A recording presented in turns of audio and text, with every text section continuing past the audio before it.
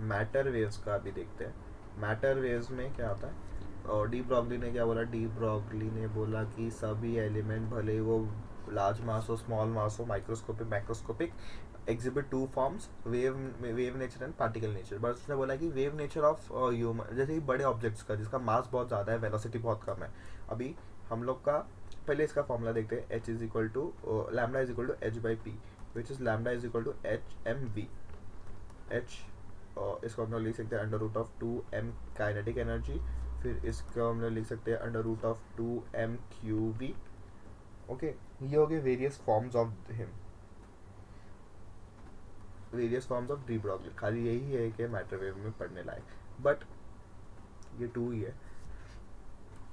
अभी इसने क्या बोला, lambda is inversely proportional to P, ये inversely proportional to mass into velocity. तो हमारा मास तो बहुत ज़्यादा है, तो लैम्डा हमारा बहुत कम होगा, और वेलोसिटी बहुत कम है, डिनोमिनेटर कम है तो न्यूमरेटर ज़्यादा होना चाहिए, बट वेलोसिटी इतना ज़्यादा नहीं होता। लैम्डा अगर देखो माइक्रोस्कोपिक इलेक्ट्रॉन का, इलेक्ट्रॉन का 10⁻³ में बहुत कम है, तो उसका लैम्डा मेजरेबल रहेगा। हमारा जो निकलेगा वो बहुत छोटा छोटा निकलेगा। अगर आप इसी में आप अपना मास डालो और वेलोसिटी आप कितना ज़ोर से भाग सकते हो, क्या आप स्पीड ऑफ लाइट या बहुत तेज़ भाग सकते हो क्या, ज़्यादा से ज़्यादा आप कितना भाग सकते हो, 2 मीटर पर सेकेंड, ऐसा कुछ, मतलब बोल रहा हूँ, ज़्यादा से ज़्यादा आप भाग नहीं सकते हो, आप ना भाग नहीं सकते हो। समझो कार लिया जिसको 10⁵, ट्रेन, सुपर जेट, ऐसा सब लिया, फिर भी उन लोग का मास बहुत कंपेरेबली बहुत ज़्यादा है, इसलिए उन लोग का जो लैम्डा निकलता है वो बहुत कम निकलता है। इसलिए this is measurable, measurable for microscopic, for नहीं, फॉर माइक्रोस्कोपिक पार्टिकल्स, क्योंकि हमारा जो हमारा वेवलेंथ निकलता है, बट इसके हिसाब से हमारा वेवलेंथ भी निकलता है। हम लोग पार्टिकल नेचर, डुअल नेचर दोनों दिखाते हैं, बट हमारा वेवलेंथ बहुत छोटा आता है, इसलिए हमें वेव नेचर देखने नहीं मिलता, हमें पार्टिकल ही अज्यूम करते हैं हम लोग खुद को। ये ये हो गया फॉर ये for charged particles, charged particles के लिए क्यू वी, मतलब एक चार्ज को वी वोल्ट से एक्सेलरेट कर दिया तो आपको डी ब्रॉगली वेवलेंथ बोला। ये काइनेटिक एनर्जी दिया रहेगा तभी आप बोल सकते हो, मोमेंटम दिया रहेगा तब बोल सकते हो। अभी de Broglie for electron, electron का एक स्पेशल केस है जो कि सॉल्व करके इन लोगों ने दिया है आपके रेफरेंस बुक में भी, ये सबको पता रहता है। इसमें क्या रहता है, lambda is equal to 12.27 upon under root of volt angstrom under root volt. ये लैम्डा निकल जाता है आपका, ठीक है।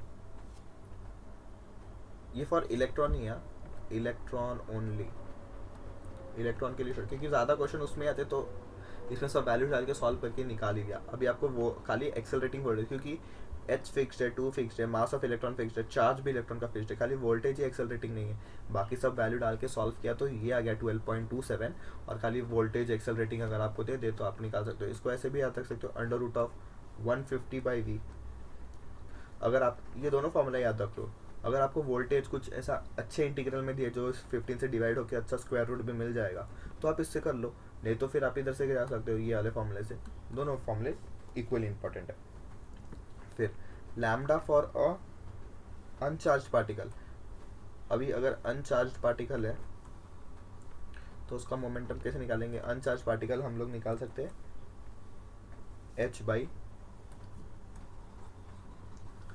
इस केस में लैम्डा आ जाएगा, lambda is equal to H by under root of 3m/kT। यहाँ पे के हो गया बोल्ट्जमैन कांस्टेंट, टी हो गया टेम्परेचर। जैसे कि कोई भी अभी के में जो पढ़ते हैं उसका ये एप्लीकेशन है, अनचार्ज पार्टिकल 3m/kT। ओके, क्योंकि एनर्जी क्या होता है, काइनेटिक एनर्जी इस केस में 3/2 kT, विच इज के इज बोल्ट्जमैन कांस्टेंट। ओके, यहाँ पे और के का वैल्यू क्या होता है, R/Na, ठीक, बोल्ट्जमैन कांस्टेंट का ये हो गया। यहाँ पे इसका आ सकता है, बस इतना ही है इसमें। और एक थोड़ा सा आ जाता है कि अगर ब्रैग्स इक्वेशन के बारे में पूछ लिया आपको, ब्रैग इक्वेशन क्या होता है, ब्रैग्स इक्वेशन, ब्रैग्स इक्वेशन कि phi is equal to 180 - 2 theta, और या तो 2d sine theta is equal to n lambda, बता तो हो गया ये सब। फिर d sine phi is equal to N lambda. Bragg's equation कब काम आता है? जब भी हम लोग समझो एक मेटल का एक सरफेस है, ये मेटल के एटम्स है, ओके, न्यूक्लियस, मेटल के न्यूक्लियस, इनके बीच के डिस्टेंस है, this is T and this is capital D, sorry, the internuclear distance in the plane, इसको हम लोग बोलते हैं कैपिटल डी, और इसको बोलते हैं स्मॉल डी। जो दो दो लैटिस के दो लेयर्स के बीच का डिस्टेंस हो गया डी, और दो एटम्स के बीच का डिस्टेंस हो गया डी, दिस डी, मतलब जो प्लेन में होगा, एक प्लेन में। तो इसमें क्या होता है ना कि ये यहाँ पे आपने लाइट छोड़ा तो मेटल को ये करके वो रिफ्लेक्ट हो जाएगा। सपोज आपने एंगल दिया थीटा यहाँ से, तो यहाँ पे भी थीटा ही निकलेगा यहाँ पे, ठीक है। तो दिस एंगल इज फाई, तो 180 माइनस 2 थीटा आपको समझ गया, फाई इज इक्वल टू 180, ये पूरा 180 होना चाहिए, तीनों को मिला के 2 थीटा प्लस फाई इज 180, तो आपको फाई उधर से मिल जाएगा, ठीक है। और ये 2d sine theta is N lambda, ये एक्चुअली ब्रैग्स इक्वेशन है, 2d sine theta is equal to N lambda.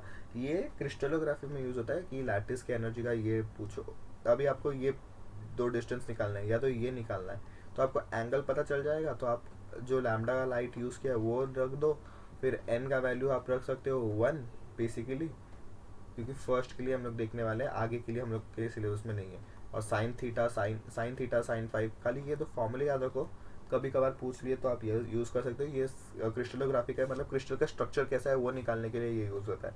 तो उस केस में अगर आपसे पूछ ले कि इसका ब्रैग्स एंगल ये है, फाई ये है, थीटा ये है, उसको इतने पे इंसिडेंट कराया, रिफ्लेक्ट उतने पे हुआ, तो दो एटम्स का डिस्टेंस निकालो इन अ प्लेन, तो इन अ प्लेन एटम का डिस्टेंस मतलब ये डिस्टेंस, और दो लेयर्स के बीच का डिस्टेंस है स्मॉल डी, दो एटम के डिस्टेंस का इज कैपिटल डी, ऐसे ऐसे करके आप निकाल सकते हो। तो इतना ही है मैटर, इसमें और कुछ है नहीं, छोटा टॉपिक है ये बहुत।